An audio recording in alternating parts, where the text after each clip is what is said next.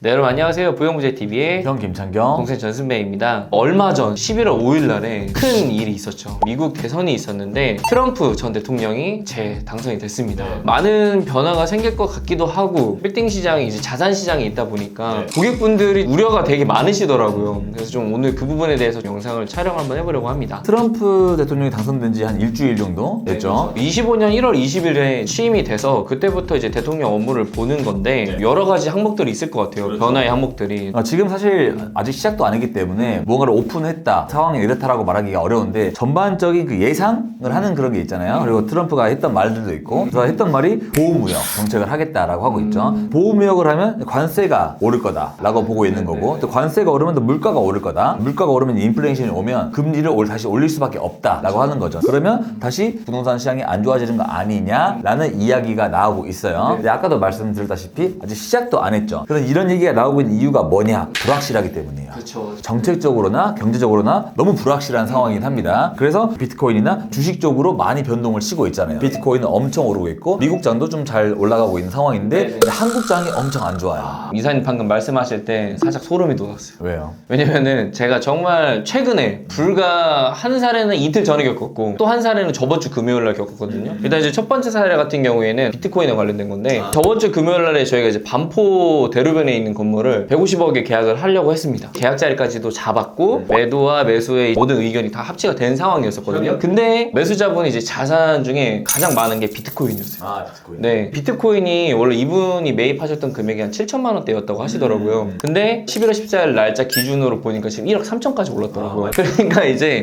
지금 시장에서 이거를 팔고 건물을 사는 게 맞나라고 고민이 되셨던 거예요. 그 말씀 드렸죠. 지금도 많이 올랐고 이득을 많이 보셨기 때문에 이거를 투자하시는 게 어떻겠냐라고 말씀을 드렸더니 아니다, 나 조금 더 기다려야겠다 라고 해서 협의해서 계약을 그냥 없는 걸로 하는 그런 이슈가 또 하나 있었고, 두 번째 사례는 좀 슬픈 사례입니다. 이번 주 이제 월요일 날에 저희가 계약을 쓰려고 잡았었어요. 신촌에 있는 이제 60억짜리 수익형 건물이었습니다. 그런데 그분도 이제 상당량의 자산이 한국 주식에 들어가 있었던 거예요. 거기서 이제 자산을 처분을 하고 이 건물을 매입을 해야 되는 상황이었는데 너무 떨어지다 보니까 그렇기 때문에 결국에는 이거는 안 될 것 같다, 너무 손해를 많이 보셨으니까 좀만 기다렸다가 투자를 하자고 하는 그런 사례가 좀 두 건이 있었습니다. 그렇죠. 이게 지금 트럼프 대통령이 당선되고 나서 일주일 만에 이런 일들이 벌어지고 있는 거죠. 비트코인은 한 9천만 원대였는데 지금 한국 돈으로 1억 3천이 됐고, 또 한국장도 삼성전자가 거의 뭐 엄청 떨어졌고 불확실성하다라는 거를 좀 이야기를 하고 싶어요. 게다가 저도 최근에 좀 깊게 진행을 하고 있었던 고객이 있었는데 그 고객분들 중에 한 3분 정도가 지금은 뭔가 투자를 하기가 좀 섣부른 것 같으니까 내년까지는 기다려 보겠다라고 반응이 나오신 분도 좀 있는 상황이에요. 또 연말에는 약간 불안하잖아요.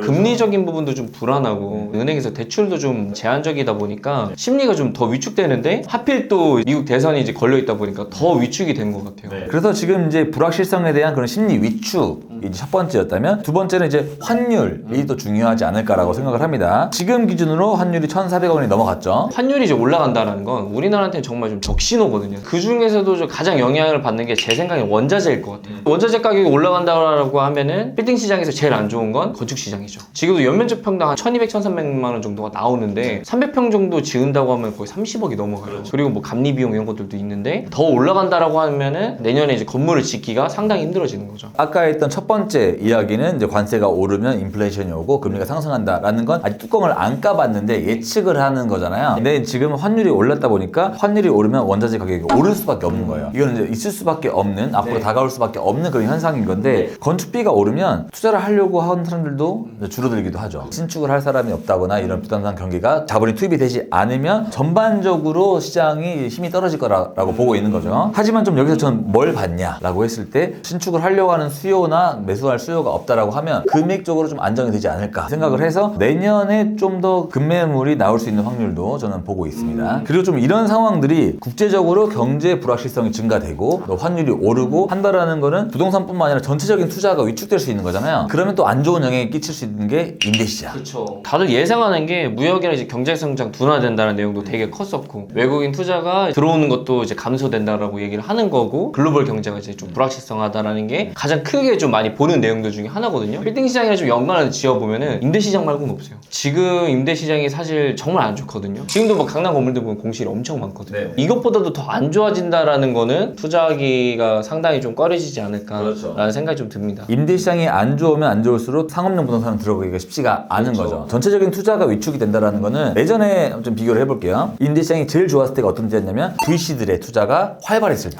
기업에 대한 투자가 활발했을 때거든요. 스타트업도 투자를 받아서 좋은 데로 가고 임대료 좀 비싸더라도 들어가고 했었는데 그때 이후로 이제 VC의 돈이 막혔잖아요. 그런데 이게 계속 내년도 지속이 된다라고 하면 임대 시장은 더 좋아질 수가 없을 거라고 보고 있습니다. 하지만 임대 시장이 안 좋아지는데 임대 시장에 대한 공급, 매물은 많이 나오고 있어요. 계속 늘어날 거예요. 리모델링한 건물들, 신축한 건물들이 지금도 지어지고 있는 게 강남에 많이 있는데 지어져 있는 것도 소화가 안 되고 있는데 앞으로 지어질 애들은 소화가 될까라는 것 때문에 임대 시장에 대한 불안감이 지금 굉장히 크다라고 저는 생각을 하고 있는 거죠. 수익형 부동산이라는 게 지금이야 강남이 시세 차익을 계속 보고선 들어간다고 하지만 이게 마냥 대출이자 감당이 안 되고 매달 이자로만 뭐 1,000만 원, 2,000만 원씩 나간다라는 상황이 정상적인 상황은 좀 아니라고 또 생각이 들긴 하거든요. 그래서 총평 결론을 내보자고 하면 아직 이런 상황들이 확실한 건 아니잖아요. 그냥 불확실성이 있어서 투자 심리가 좀 위축될 뿐 제 생각은 크게 변화는 없을 것 같다. 왜냐면 아까 말씀드렸을 때 저는 좀 더 관망을 할게요. 내년 초까지는 좀 지켜볼게요 라고 하는 건 내가 투자를 하기 싫어서가 아니라 뭔가 무서운 거니까 들어가기 힘든 분들이 많이 있어요. 하지만 내가 소득이 좀 괜찮고 안정적인 그런 전문직을 가지고 있으면서 또 정말 매출이 잘 나오는 사업을 영위를 하고 있는 분들 같은 경우에는 사실 진짜 신경은 안 씁니다. 시장 정세 잘 안 보고 국제 정세 잘 안 보고 내가 버는 소득과 금리만 보는 이게 괜찮은 건 매물인지 또 이런 것만 보시지 국제 정세 이런 거 잘 안 보세요. 정치 쪽에서도 콘크리트 지지층이라는 게 있잖아요. 강남 쪽 투자에서도 콘크리트 투자층이라는 게 저는 있다라고 보고 있어요. 이렇든 저렇든 나는 그래 투자를 한다라는 그런 분들이 좀 있긴 합니다. 그리고 저는 또 반대로 건축을 하는 행위들 있잖아요, 선생님. 건축을 하는 행위를 통해서 자산 증식도 더 크게 늘릴 수 있다고 하지만 지금 시장에서는 약간 맞진 않는 것 같아요. 시장이 좀 불확실성할수록 주요 지역에 들어가야 되는 건 맞는 거잖아요. 저는 강남 지역에 투자하는 건 좀 맞다고 봐요. 근데 다만 예전처럼 신축을 하거나 약간 이런 쪽에 1년 반, 2년이 걸리는 그 사업은 현지 시장에서 좀 지향하는 게 맞지 않냐. 지금 현재 지어져 있는 건물들 중에서 상당히 괜찮은 금액대에 나오는 물건들이 저는 있을 것 같거든요. 그런 이제 투자성 있는 건물을 지금 시장에서 약간 이제 원석을 이제 뭔가 줍듯이 고르는 게 좀 맞지 않을까라는 생각을 하고 있습니다. 저도 이제 방금 한 말과 동의를 하는 게 콘크리트 투자층 그 분들이 급매물이 나올 거라고 생각을 하고 있어요. 지금. 물론 관망을 하고 아예 손을 놓고 있는 분들도 있겠지만 오히려 이럴 때 좀 더 유심히 보는 분도 있다라고 생각을 해서 거래량이 말도 안 되게 거의 얼어붙을 정도로 떨어지진 않을 것 같다라는 게 제 예상이긴 합니다. 지금 현재 상황에서 좀 팁을 드리자면 임대 시장이 좀 많이 안 좋아질 것 같고 지금도 안 좋잖아요. 그 임대료에 대한 수치를 좀 보수적으로 잡으시는 게 투자를 할 때 안정성이 있지 않을까라고 생각을 합니다.